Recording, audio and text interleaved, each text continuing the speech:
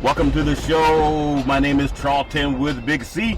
This is Charlton and Big C Sports coming to you worldwide on the iHeart Radio Network, the number one network in the United States of America. And Big C Sports has been voted the number one sports show in the universe. According to Big C and them good old boys down south, I want to say bienvenidos to all of our listeners in Latin America. Thank you so much for following Big C Sports on iHeartRadio. Also across the pond in London, England, as well as Paris, France. Even want to say hello to you good old boys down south in Australia. I think it's called the land down under. And you know, there's good people up in Canada. Canada, don't get rid of Coach Casey. He's the best thing that happened to you since Moonshine and the Toronto Argonauts, Big C.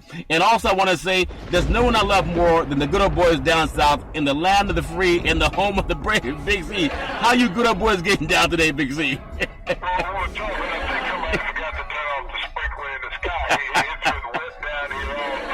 Yeah. You know, this seems like one of the greenest places on earth. Sometimes I think I'm living in the rainforest. Yeah. But, so it's just a wonderful day down here. You know, the skies are clear now. The rain has gone away. The air smells so fresh. Got rid of a lot of this pollen. Oh yeah. Maybe I won't be sneezing all night. Well, it's okay to sneeze. I think that's from hanging out with Mother Earth and all those good old plants you good old boys are planting. If you get my drift, no pun intended, Big C. But I do want to say today is a beautiful May the 4th, 2017, and so many great things happening in the world of sports. You know, even the world of politics with Donald Trump and them good old boys trying to pass a budget, trying to tell people that do it my way or we got to get rid of you. And also, there's a federal judge that has some issues about one of the best college coaches in college football. But a lot of good old boys get off the hook, Big C. But before we get into that, you know, Dorothy and the Wizard of Oz, I think she wanted some shoes, is what I think she was asking for. There was a lion, he was looking for a heart. I think the Tin Man, he wanted some oil. And what was it about the shoes Alonzo Ball was looking for, Big C? Was he in the Wizard of Oz, too? I don't get it. His dad made him get drafted. You know, when NBA executives see the role that his dad is playing in his life, which is overbearing. Yeah. For a kid who never won anything in college. Yeah. You know, didn't even win a conference championship. No. To release a sneaker today. Yeah. That costs an excess, Charlton, of what a pair of Kevin Durant shoes, Steph Curry shoes. Yeah. LeBron James shoes cost. A pair of this young man's shoes, they're trying to sell them for $400, Charlton. Wow. Off the shelf. The guy barely even broke a sweat. Not only that, he has a pair of flip-flops that they're asking $220 for, okay? Wow. Now, you can go get Nike, Reebok, Adidas, Under Armour flip-flops, Charlton, for $40-50. Wow. Any day off the shelf. This kid is asking $250. Not only that, he has a signed shoe, Charlton, and I know he didn't sign his name beside every pair. This is only $200. Yeah. Okay? $999 in a case. How much, Big C? $999, Charlton. I wouldn't pay that for a pair of Jordans, a pair of KDs, a pair of LeBrons. Nobody's sneakers, Charlton. You know, you got to get me something, from Italy and custom made. You can get a custom paid pair of sneakers, Charlton, for under that price, okay? When Yeah. you go in, they may swatch your foot, and you slide it on, and it feels like a glove. This kid is talking, his dad, I don't know what he's on, but, this is a product of all the talk shows bringing this idiotic person on. Yeah, I understand. And allowing him this free way of marketing. Well, you know. And where he could go out and basically pimp his kids. Yeah, and that's funny because, California, Hollywood is a land of make-believe, and a lot of times everybody is auditioning for something, but if they're willing to buy it, some people are going to sell it to you, Big C. But I do want to say that today's segment is sponsored by your Northern California Cadillac dealers, home of the all-new Cadillac Escalade, the standard of the world. And when you go by and test drive yours, tell them that Charlton and Big C sent you. Big C, because a lot of that rain has been hitting you good old boys down south. Your Escalade is probably not too muddy right now, but I want to bring up something that is a little bit muddy. I just want to touch on the judge before we get into some NBA. There's a judge down in the good old boy state of Florida where you good old boys like to do your thing. Her name is, I won't even say the judge's name because I don't want to get in trouble. They might have a long reach in California, Big C, but she's a judge. And she told Coach Charlie Strong that he may not have good control of his players and she doesn't think he ever will. I'm just kind of paraphrasing what she said, and she's blaming him for the conduct of some football players that got in trouble. Now, I just want to bring this up. Charlie Strong is a great coach. One thing that cost him a job at Texas was not that he didn't win, Big C. What cost him his job at Texas is that he got rid of a lot of the bad characters at Texas that would have helped them win, because he was actually more concerned about the kids' education. Well, he realized the good old boys don't care about the education, they just want to win. But we all understand that. However, I want to get your thoughts, because the great USC at USC and the coach down there, Pete Carroll, Notre Dame, they had Charlie Weiss, they had Art Briles at Baylor, and that good old boy, who's that guy you hang out with the vampire eyes? He coaches basketball at Louisville. Them good old boys had escorts and everybody. Okay, but Charlie Strong never had the type of issues come to his program that them good old boys did. They all happen to be Caucasian, but this judge who's Caucasian is lambasting him, saying that he has to have more control over his players than Pete Carroll, Charlie Weiss, Art Briles, and the great Rick Pitino. Big C, your thoughts? Well, Charlton, for a judge to step in, I think that's a little Donald Trumpish.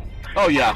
Saying that a coach needs to have more control over his players. And we've seen what has occurred in some of the institutions of higher learning over the years with the athletes, football and basketball players, Charlton. Yeah.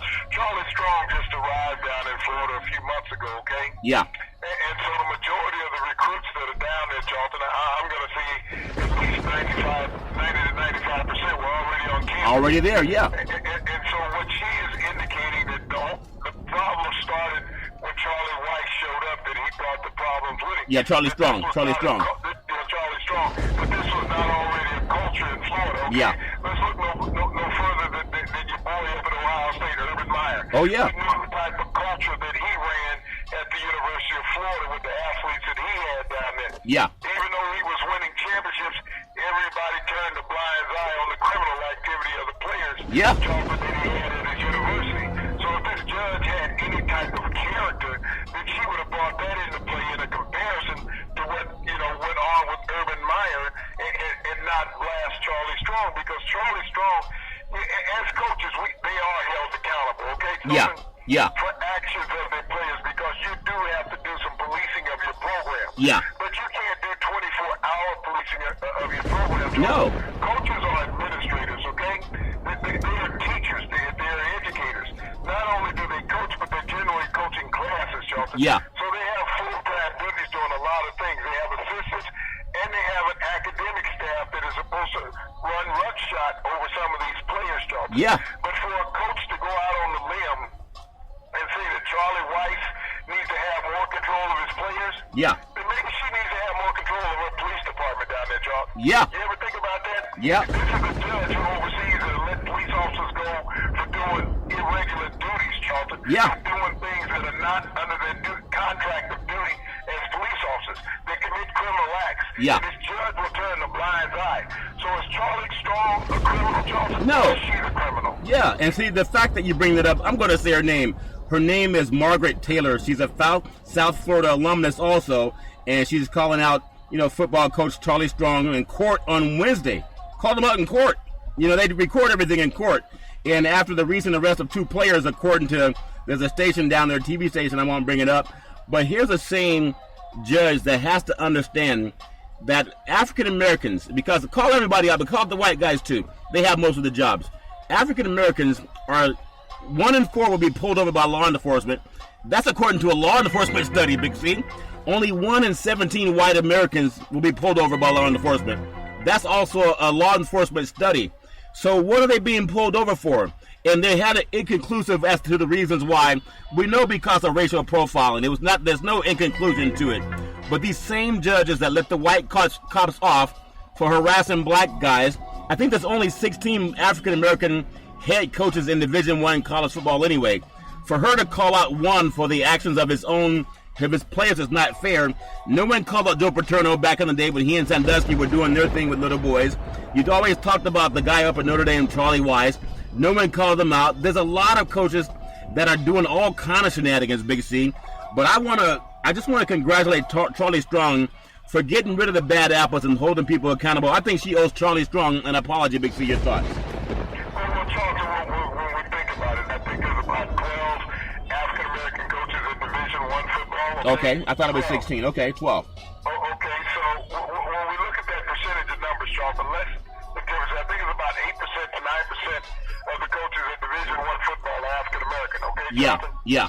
So when we look at the number of players that get in trouble and have academic and social problems, Charlton, out there in college football, who are they generally coached by? White coaches. Caucasians, Charlton. White coaches. We don't see judges calling out these white coaches. No. And for this judge, it's out of line for her to do that.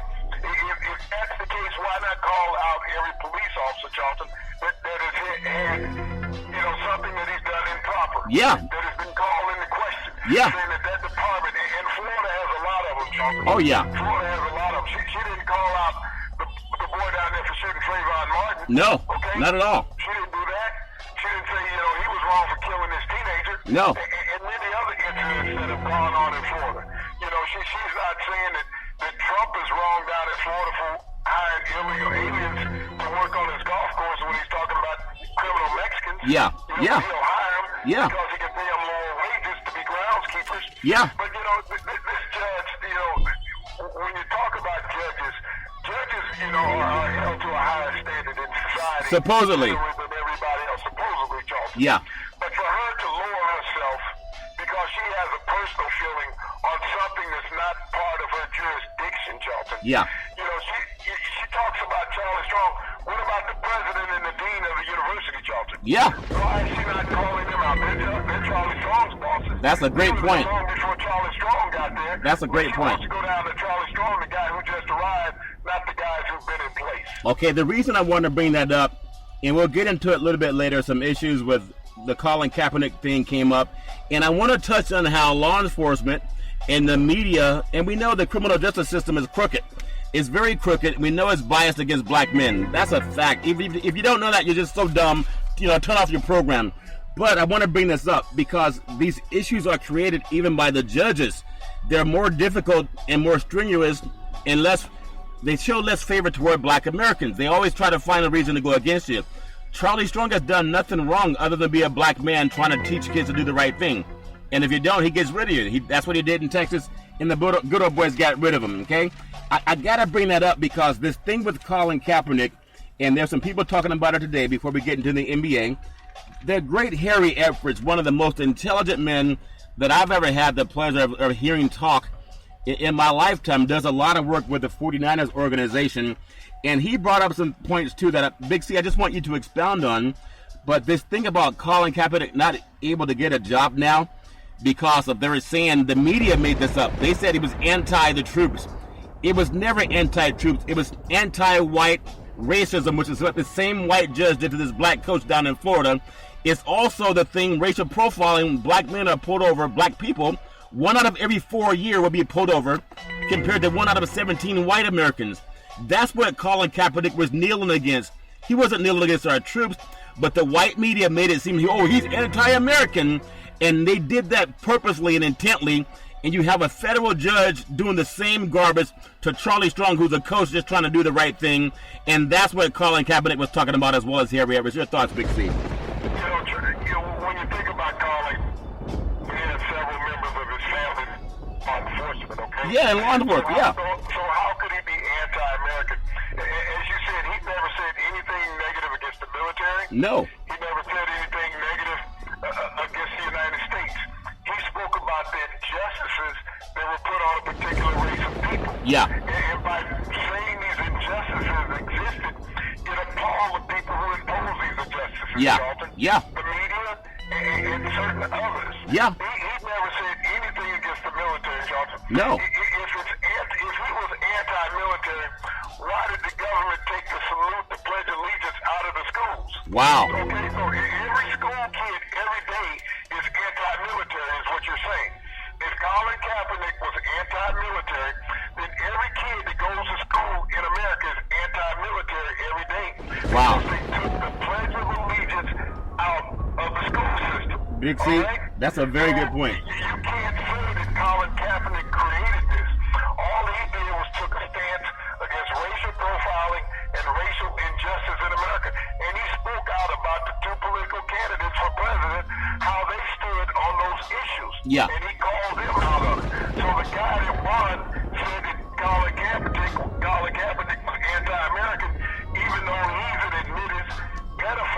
Yeah. sexual molester. Yeah. But Colin Kaepernick is anti-American because he won't stand up for injustice. Now this is something that, and that's against it, but Donald Trump will stand up. You know, I think about all these issues, Charlton. Yeah. When we see all these sexual assaults, sexual injustices going on in America. Yeah. Donald Trump has not once spoke up No. for women's rights. Nope. He has not spoken up once against the anti-abuse of women since he's been president. No. He has not taken any stance on helping women against social causes, Charlton. But he is talking about Colin Kaepernick being anti-American. But I guess if Colin Kaepernick had committed a sexual assault like Donald Trump had, Yeah. he'd be there, patting him on the back and woo that Colin Kaepernick. So what he should have done is, instead of taking a knee, he should have gone along the sideline and grabbing every cheerleader for the 49ers by the vagina and then laughing about it. That's what he should have done. And had he done that, he probably would have been elected president of the United States. Or maybe he would not have, if you think about the skin color of it. But I just want to make that point because it's so powerful, Big C. Another thing I want to bring up is that the Kerner Commission, a half a century ago, by Lyndon Baines Johnson, that commission was issued, and it came up with the same facts that Colin Kaepernick talked about today, and how black men are shot more by law enforcement, were profiled more by law enforcement, were denied more jobs and opportunity by society, and the criminal justice system and this prison industrial complex that seeks out black boys, especially black boys. That's what Colin Kaepernick was speaking up against, Big C, and because of that, they're saying don't give the man a job. And that's a shame. He should have been grabbing women by the vagina like Donald Trump, and maybe he'd still be playing.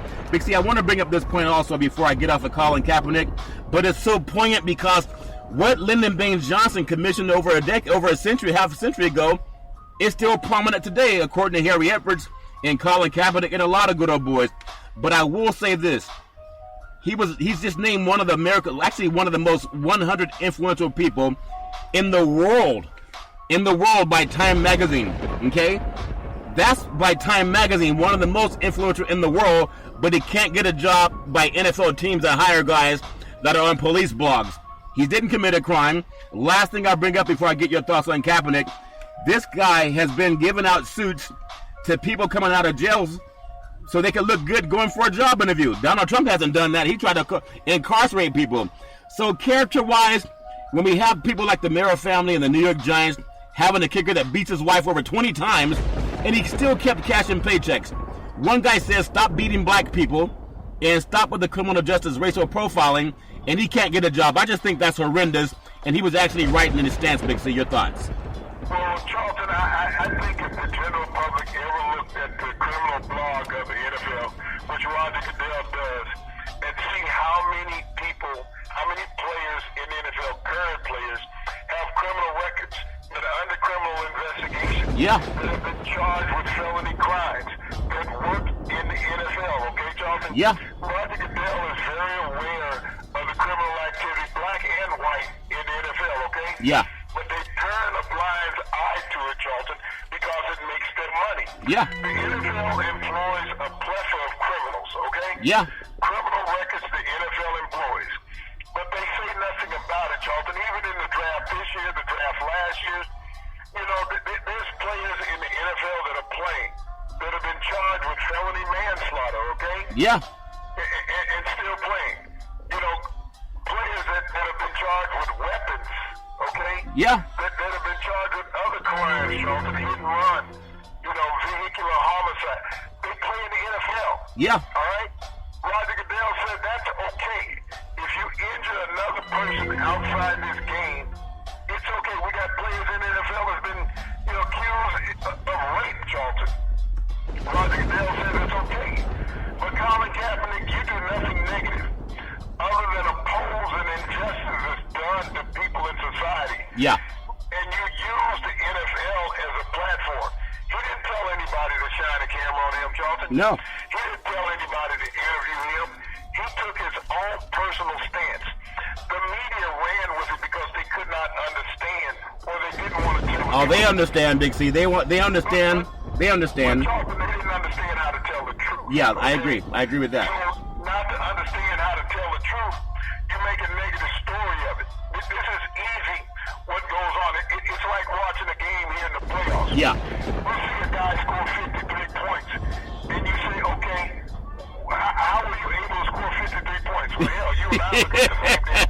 He put the ball in the basket. Yeah. Some shots. That's funny. That's the bottom line. Okay? Yeah.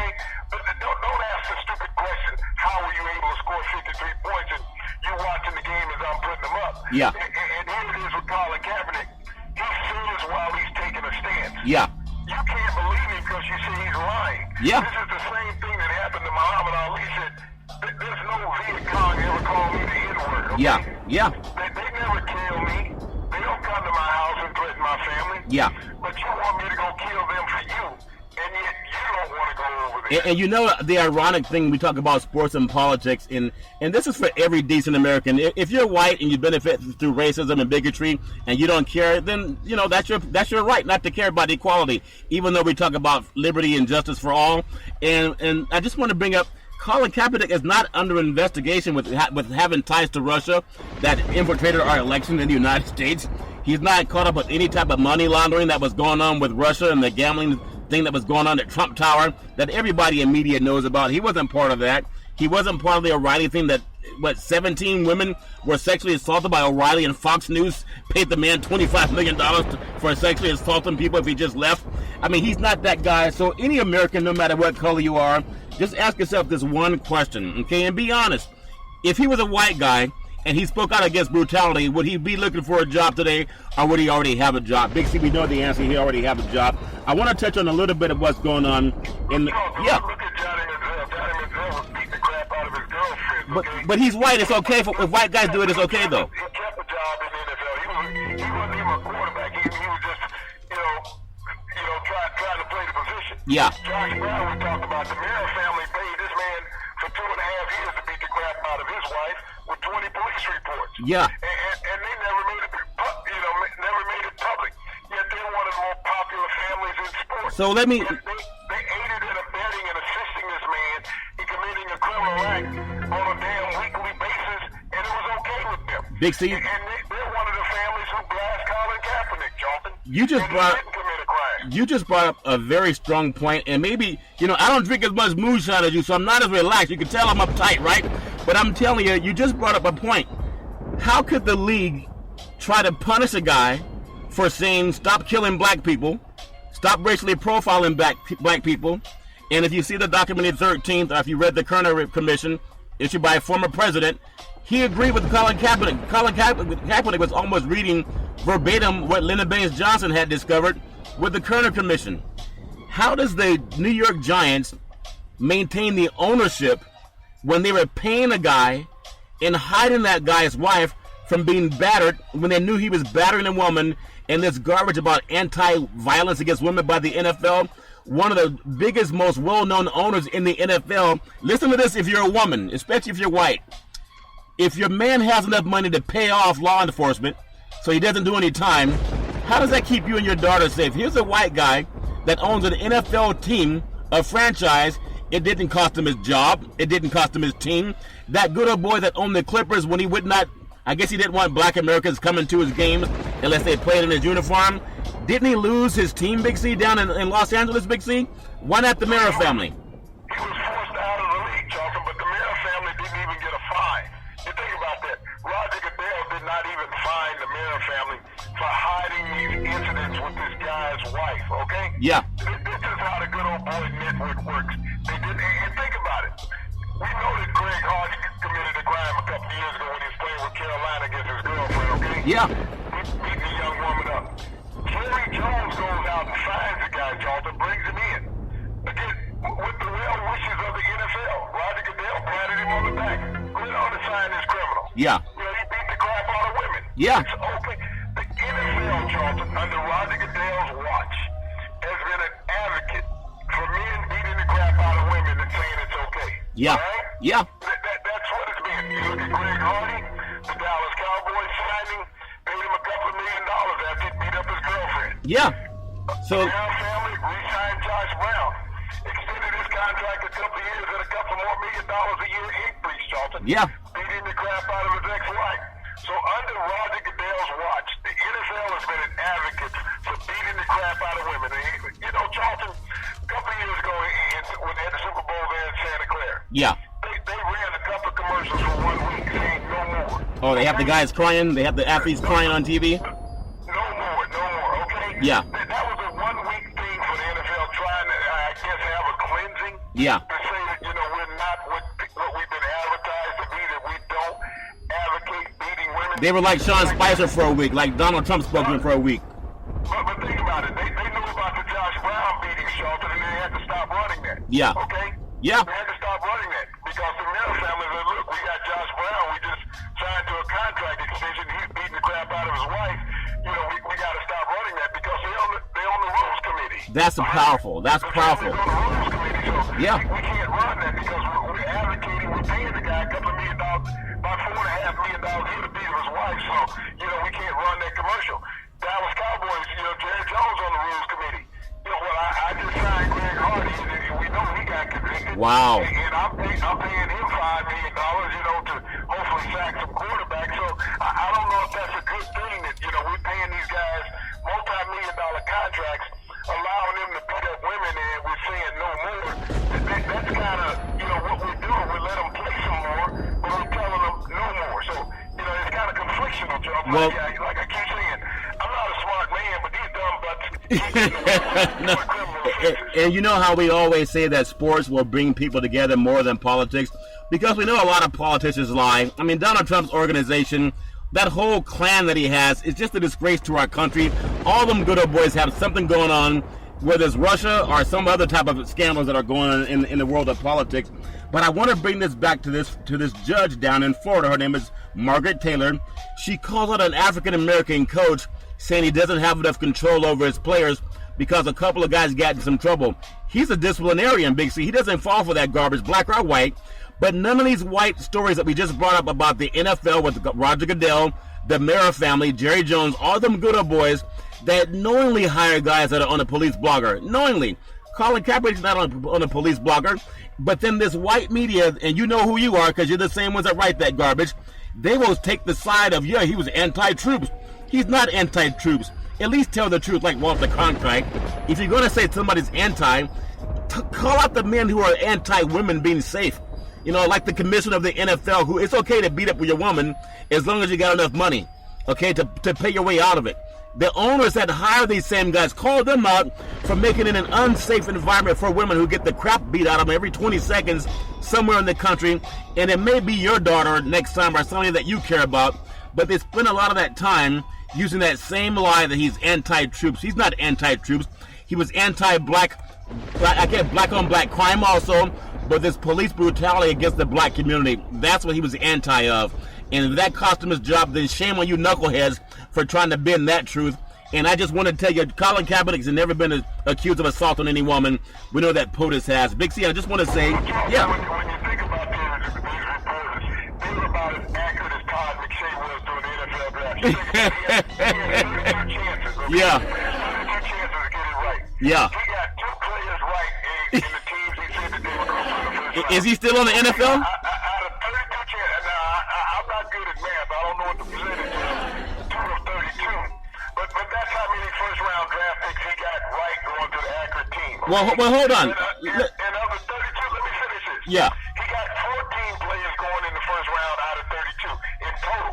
Wow. 14. Wow. So these are the geniuses that ESPN brings on and tells everybody for months who's going to go where and why they're going to go where and what teams' needs are. Yeah, so he... When you only get 2 players picked out of 32 that fall in the slots that you say they're going to fall, everybody knew that Myles Garrett was going to Oh, the yeah. front. Yeah. Okay?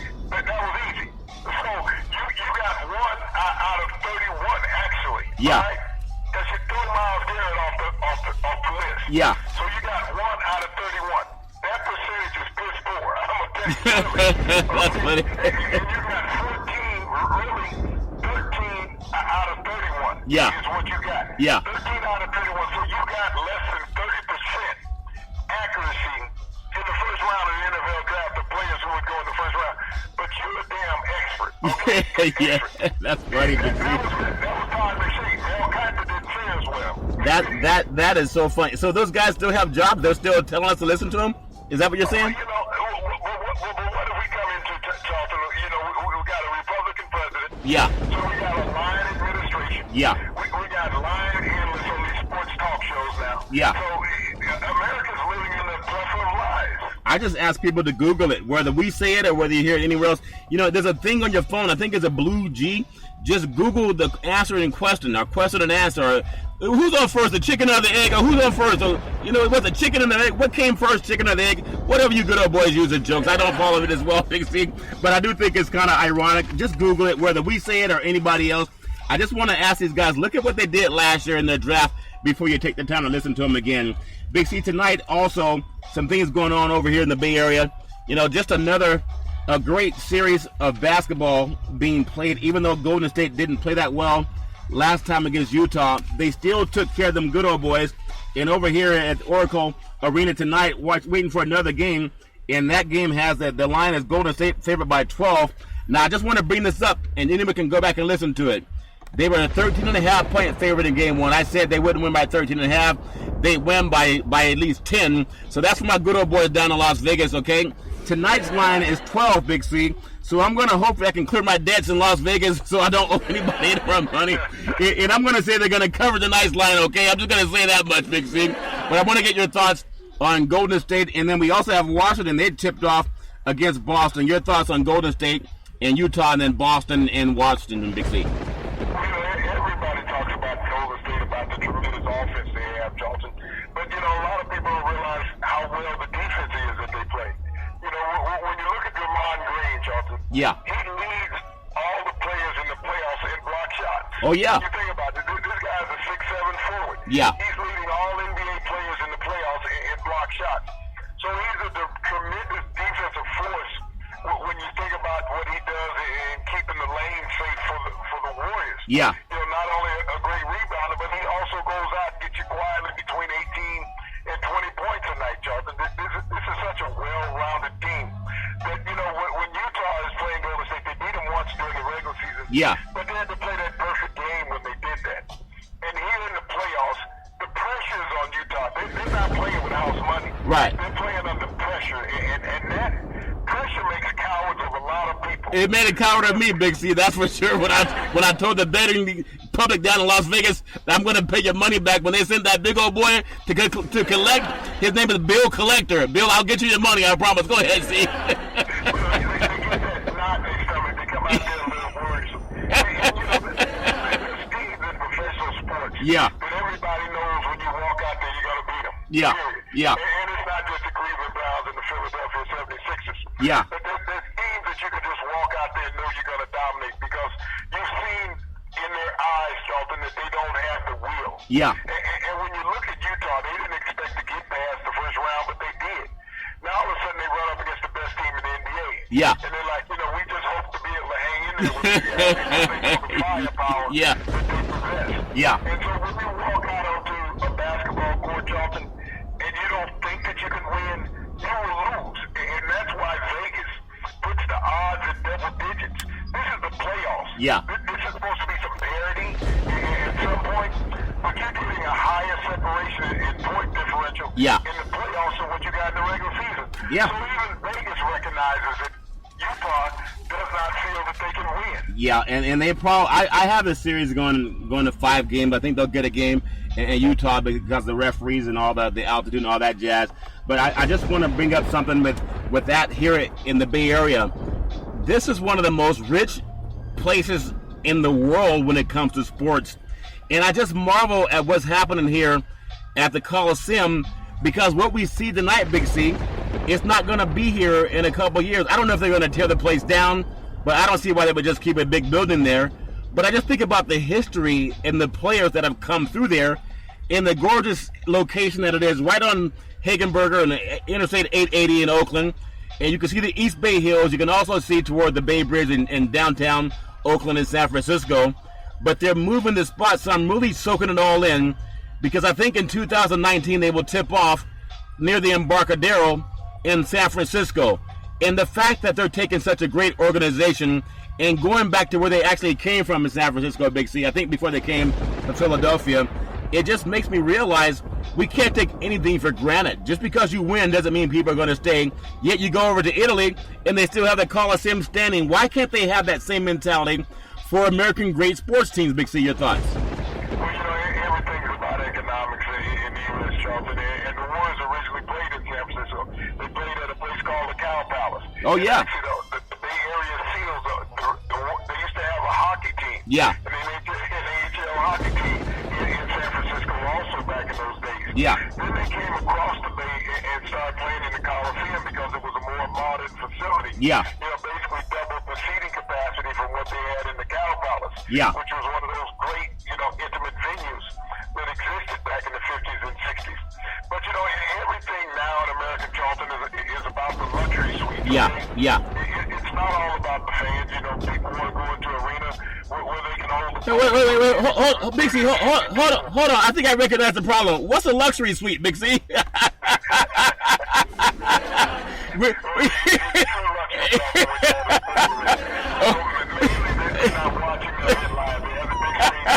Okay. Well, some of us don't live in the lap of luxury, Big Z. I'm sorry. I don't even know they had luxury seats in stadiums. Go right ahead, Big Z. The owners keep majority of the revenue. Yeah. They keep the revenue from the luxury suites. That's not split as far as ticket revenue, okay?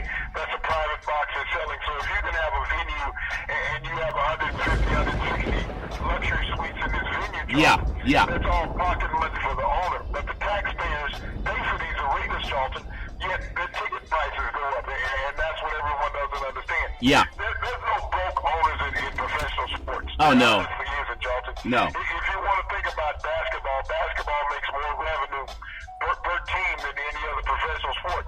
Basketball also has a team that doesn't even play, Charlton, the NBA, called the Spirit of St. Louis.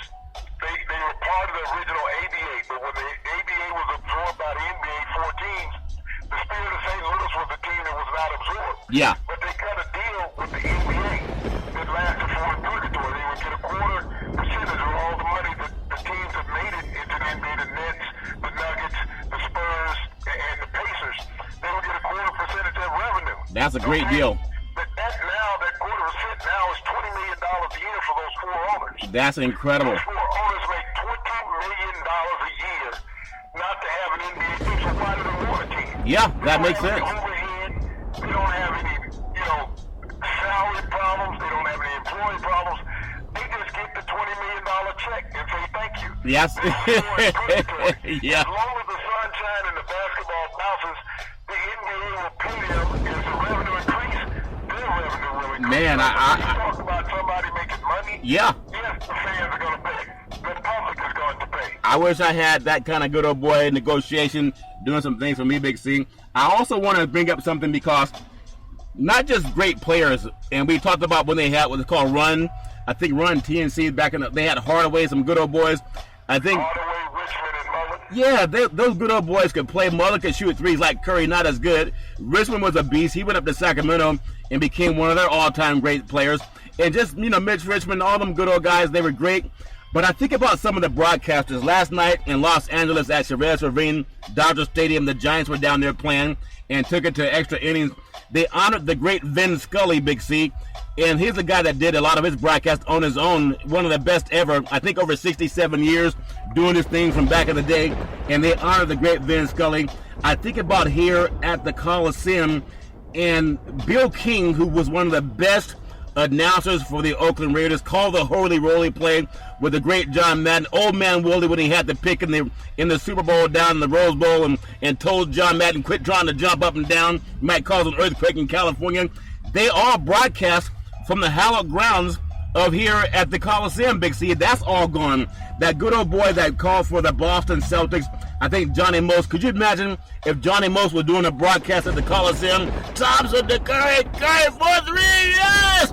I mean, he did it like that. Maybe not as bad as I sounded, Big C, but your thoughts on some of the great broadcasters that have also played and broadcast here at the Coliseum, Big C, your thoughts? When you speak about Madden, Charlton, who cut his teeth there with the Raiders. Yeah. You know, for a decade, you know, won a Super Bowl. Yeah. And went on to great heights with Pat Summerall, starting with CBS, moving on to Al Michaels with NBC. You know, was a legendary figure. And you talked about Bill King, who did both the Warriors and the Raider games, Charlton. Yeah. You know, the history of the broadcasting before television got to be what it is was the radio broadcast, Charlton. Because the thing about radio is a theater of the mind. Yeah. They have to make you feel that you're there. The thing with the now, Charlton, they want to be showmen. Yeah. They don't want to educate you during a sporting event or even a sports show. It's all about them, you know, how well I look, my antics while I'm here in front of the camera. Yeah. But we lost a lot of great educators, Charlton, over the past decade.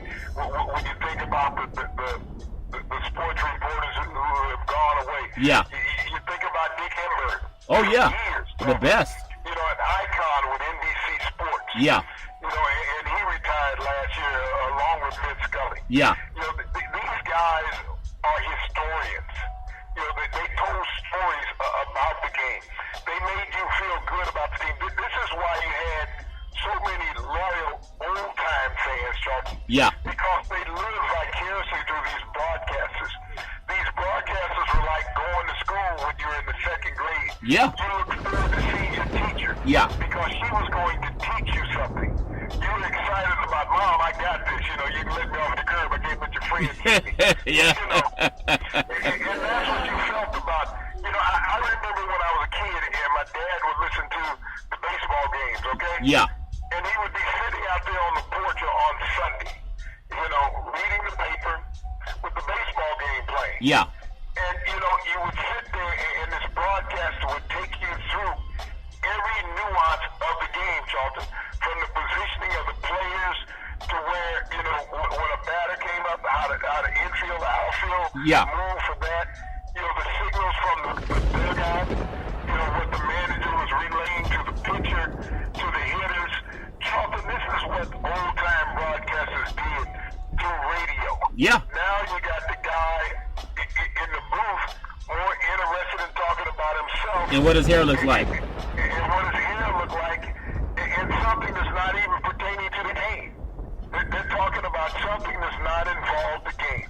Versus what everybody should do, Charlton, is Yeah. to watch at sporting events. Well, Whether it's football, basketball, or baseball. Turn off the television, okay? Yeah. Turn off the volume. Turn off the volume. Turn on the radio of that broadcast. well, you know, See yeah. how much you learn to appreciate the games at that point. That's a very good point. I remember when I cut my teeth back in broadcast, and I always want to pay knowledge to this guy because his name is Tom Kelly, and he was a 41-year broadcaster at USC, the Trojans.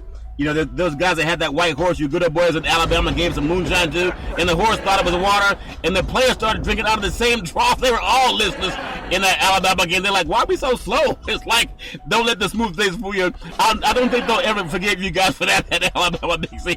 But I do want to say to Tom Kelly, what I learned so much about watching him do the game, he had a conversation. He just talked. He didn't have a lot of notes. I was a spotter, but I was just doing my thing, and he asked me what I wanted to do. He said, you're good at what you do. And he opened the door, and I had the chance to work with John Madden and Pat Summerall in production with Fran Morrison and Mike Roig. And the good old boy Lewis Johnson was able to help out, too, and he was doing some work right now with the NBA. I did some work spotting one time with a guy by the name of Greg Papa, who now does play-by-play for the Oakland Raiders, and he's excellent. And I think one of the best play-by-play guys that I've known is Dan Bell Wallman, and he does work over in the Bay Area as well. But these guys, they just did their thing. They didn't have someone speaking in their ear all the time. They spoke with their higher self. I'll never forget meeting the great Howard Cosell back in the day, Big C. He was so shy in person, but in front of a microphone, he became someone that you could not copy. He was inimitable, a lot like you. You go in the past, you go in the present, you do it all like so easy. You guys just flow with it. I think they also were big on the moonshine angle too, Big C. So back in the day or current, I appreciate what I learned from you. You're one of the rare guys that I've ever been around, from Madden and Summerall and all them good old boys that I've been around. Al Michaels been in production with his crew as well. But I think you do it better than all of them. Brent Musburger, I think, reminds me a lot of you, where you guys, the past is just as present as the present. I mean, you can bring back the history and the present in one sentence. A lot of guys can't do that because they don't know the game. They know how to read. Big C, your thoughts? Well, you know, Charlton, the young guys now are not historians. They're not students of the sports. They're students of the teleprompter. What a producer and a director tells them to tell someone. And, you know, sports is a little more complicated than that. You have to understand how the games evolved to where the games are now. Yeah. How the players got to be what they are. You know, it's like last night when LeBron passed Kareem for second all-time. Oh, congratulations. Yeah. Playoff points. Yeah. Okay? That's a milestone. But also, LeBron has respect for the game. Yeah. Guys will sit up and say that LeBron surpassed Kareem, but it doesn't supplant Kareem. Yeah. It's who Kareem is, Charlton. Yeah. And what Kareem meant to basketball. Everyone marvels in what LeBron does in the game. Kareem revolutionized the game. Yeah. That's the difference in the two. You can marvel at LeBron, but Kareem revolutionized the game. He was like Bob Gibson in baseball. Yeah. Bob Gibson made Major League Baseball lower the mound, okay? Yeah. Because he was so dominant as an African-American pitcher and nobody could hit him. His ERA average still stands today at 1.64. Wow. During the entire season, and he won 24 games that year. Yeah. 1.64. So, it's what a comment I made earlier, Charlton. When a team walked out and knew they couldn't beat somebody, Yeah. that's how Major League Baseball was against Bob Gibson in 1964, is that they knew they were going to lose. They couldn't hit him. And that's how it was when Kareem walked on the floor. People see LeBron take over and dominate the game, and LeBron plays a little bit of bully ball. Yeah. But, Kareem was total finesse. Kareem had a shot that no one could alter. Yeah. Because they took away the dunk shot during his era. But he was such a revolutionary player, Charlton, and so mentally savvy, he said, I'm going to do something that they can't defend Yeah. and they can't take away. Nobody has ever done that before in basketball, Charlton. Created a shot that was uniquely yours, that was your signature. That's how Kareem revolutionized the game. LeBron plays the game, but Kareem revolutionized it. And Big C, I want to just bring up this before we hit our second sponsor. LeBron James has given over $41 million of his own money to help send kids that are financially challenged to college. $41 million of his own money. That's more than Donald Trump has done, and Donald's supposed to be a billionaire. That's more than a lot of other good old boys that own NFL franchises that won't give a black man a job in Colin Kaepernick. LeBron James has taken over $41 million of his own money and helped feed into other kids. He gets the Universal Player of the Year award, Big C, what we call the best player in the universe. LeBron James, for your philanthropy. I'm going to vote you the number one player in the universe, let alone in the NBA. I just marvel at what you do, and I hope that maybe your owner can even match you. Not your owner, but the guy that owns the team. But you, my friend, yeah, Quicken Loans. Yeah, a billionaire. Yeah, and so LeBron, you are an example to not just black men, but all men. But we know a lot of black men. We're the last hired and the first fired. Yeah. Doesn't LeBron run around with a posse? Yeah, that's what Phil Jackson says. Phil Jackson, who needs to be fired from the New York Knicks, Wait. says this multi-millionaire who is out benefiting and helping underprivileged youth of America Yeah. runs around with a posse and doesn't have a crew. What? When was the last time Phil broke off a little change and helped out these kids? The next time he does it, you'll hear about it, because I'm sure he'll go to the media with it, Big C. But he hasn't done it like the great LeBron James has.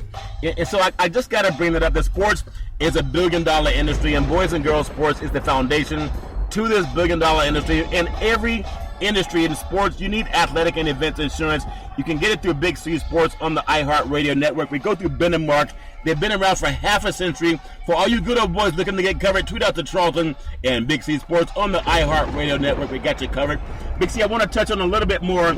I know we had that Washington game. They're tipped off right now against Boston. But I want to bring up something, too, because there's another great player out of the Bay Area. His name is Andres Torres, and he played for the San Francisco Giants back in 2009, 2011, and 2013, and helped them win the World Series back in 2010. This young gentleman, he's a filmmaker now, and he's aiming to inspire mentoring in the inner city for kids of color and young poor white kids too, okay? Here's a guy that's taking his own money and trying to help kids create industry, not by telling them to just go out and get a job, but trying to put his money where his mouth is. Talk about how important it is to have mentors. And this is another man of color. Comes from the same background that Donald Trump is saying they're illegal or get the hell out of the country. Here's another man that puts his money where his mouth is, not as much as LeBron James, but I love where his heart is in helping the San Francisco Giants. Big C, your thoughts? So, Charlton, whatever you put forth in trying to help the youth of America is a huge leap, okay? Yeah. Because there's so many corporations who don't. Yeah. They say they do, but they don't. You know, we've heard the president talk about the millions of dollars that he has planned to donate it, but he's not going to let it be known where it's donated to, so he's going to keep it himself. Yeah. Because he doesn't have to release it. He doesn't release his taxes, so he never has to show it. Wait, hold on. Are you saying that Donald Trump has not released his taxes yet, Big C? Well, you know, Charlton, he's being audited, and his audit is more intense than any audit in history, okay? Because he's made more money than anybody. You know, he makes more money than Warren Buffett. You know, he makes more money than Paul Allen. Wow. You know, he makes more money than, you know, Bill Gates. So you know, it takes longer to do his audit than the real billionaires of America. Well, he's trying to get. What's he trying to get Congress to pass a bill to help more people work or whatever, and he's trying to also, you know, repeal Obamacare with Trump care, and he's having a hard time, you know, scaring or threatening people to get that passed, Big C. But you're saying he still hasn't paid his, showing his taxes, huh? He still hasn't paid his taxes, Charlton. But when we think about these athletes going out, being involved in the communities, and it should be the owners of the organization, not the athletes, the owners, because they're the ones making the real money. Yeah. Yes, the athletes make a nice income, but the owners are wealthy, okay? Yeah. And they can tenfold do what any athlete does, Charlton, as far as benefiting the community. You think about it. The communities are the ones through taxpayers' money. Yeah. You know, these arenas and stadiums for these owners, Charlton. So it's not like they're coming out of pocket with all their money. Yeah.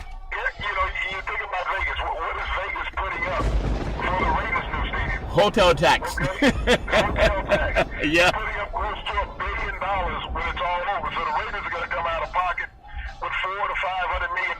Yeah. The citizens of Nevada are going to get hit with $1 billion bill. Yeah. Okay? Then they got to pay for tickets to get into the arena when the owner gets in for free. Yeah. Okay? So when you think about owners putting back into the community, they nowhere equal what the players do on a percentage basis, Charlton. Yeah. So this is why it's important that, you know, communities take a stand. You know, they talk about how an NFL team, an NBA team, a Major League Baseball team Yeah. is going to be a financial windfall for a community. Okay, the last time I checked, Charlton, an NFL team plays 10 home games a year. Yeah. Okay? You got 8 regular season, 2 playoffs. All right? I mean, not 2 playoffs, but 2 preseason. Yeah. So I'm looking at out of that 10 weeks, and there's 42 weeks left in the season, Charlton, Yeah. in the rest of the year. Yeah. And so if you don't make the playoffs, how much of a financial benefit are you to that community? Yeah. There's nothing that you give away during that 10-week span that benefits the community because you're charging everybody everything for programs, for parking, for soft drinks, for beer, Yeah. for hot dogs. You're not giving these things away. All right? Yeah, that's true. So when you think, and you charge them for the jerseys that they buy in the gift shop, the programs, everything. I have not been to a game and the fan is walking in getting stuff for free. No. All right? So tell me what a financial windfall for any community that benefits. The hotels may benefit, okay? Yeah. But we're talking about the fans. Yeah. How do they benefit? That local economy, those restaurant owners. We're not talking about the fans. Okay, so the teams and the leagues need to be honest Yeah. about the impact that's going in.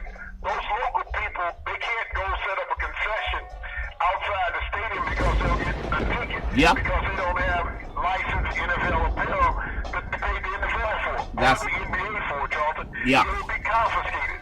So how do they benefit the local community? Well, They do not. They benefit the local businessman who has already rich. Pocket, Yeah, Charlton. and that's that's the way the ball bounces sometimes, Big C.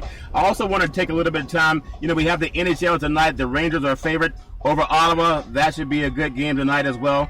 We talked about Washington, a 5-point favorite over Boston. I think Boston might get that, even though that game's going to be maybe leaning toward Washington because we want to see a 7-game series. Tonight, Golden State, I think I'll pay off my debts of my good old boys down in Las Vegas. Next time, don't drink before you bet with people, Big C, because sometimes you never know how much money you're actually betting. Those zeros tend to run together. But I do want to give homage to our high school Super 25 top 10 boys baseball team. Shawnee of Oklahoma is 34-0. Number 2, West Monroe of Louisiana, 35-2. Number 3 is North Gwinnett out of Shawnee, Georgia, 30-2. Number 4, Archbishop McCarthy out of Southwest Ranches, Florida. Number 5, Huntington Beach, California. They are 22-3. Also, Oklahoma is 28-3. Number 7, University of Fort Lauderdale, Florida, at 24-2. Number 8, Columbus out of Miami, they're 25-2, followed by number 9, which is Buchanan of Clovis, California, at 24-2, and then George Ranch out of Richmond, Texas, 25-3. So congratulations to you good old boys playing high school baseball all around the country. Big C, as we get ready to close on our program for today, we talked about so many things going back to the great, Colin Kaepernick, and how the media has been so biased against this guy for standing up against issues of police brutality in the criminal justice system, and how black men are targeted by law enforcement more than white men are, okay? That's a fact. That's part of the Kerner Commission. And people tried to make it about the military because media was they just told a lie. He was never anti-United States. He was anti-hurting black men. Go back to the Rodney King issue, what happened with that, and that's what he was talking about. And the way you always do, and I love your presence, I love the way Harry Edwards talked about it. Find a way to at least tell the truth. If he's lying about police brutality or this what happens with the criminal justice system, then show the facts, Google it. But if you Google it, you'll see he's telling the truth. Big C, like Harry Edwards said, what's the way that the NFL can use him as a spokesperson to prove their anti-bigotry against black men, Big C, if that makes any sense? Go right ahead, sir. Well, Charlton, they can't, because we spoke about it earlier in the show when the NFL has been advocates for white men beating the crap out of women and the athletes that can play. They can be criminals, but you can play. Colin Kaepernick is not a criminal. No. So he can't be a spokesperson for the NFL. The NFL has highlighted criminals throughout the years, Charlton, people with criminal activity. We spoke about Doug Brown, the punter. We spoke about Greg Hardy. People who have been arrested, Charlton, and charged. But the NFL said, we want to keep this quiet.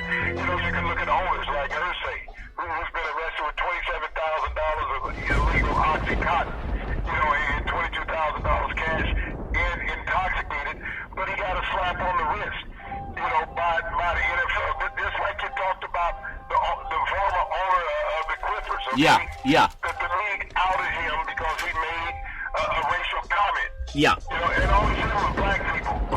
Final 30 seconds, Steve. Final 30 seconds. Go right ahead. But the Miller family can hire a guy who beats the crap out of his wife, and it's okay, and the NFL loves that. Yeah, and we got to bring that to an end, you guys, because we got to protect our women, and you can also learn about protecting them every Monday through Friday at 5 o'clock p.m. Pacific Standard Time worldwide on the iHeart Radio Network. We always tell you there's never any excuse for domestic violence. If you know any woman going through that garbage, just call 911 so she won't have to deal with it on her own. And as we always tell you, on every program that you follow on Big C Sports, we thank you, we appreciate you, and we hope that you have a super fantastic day.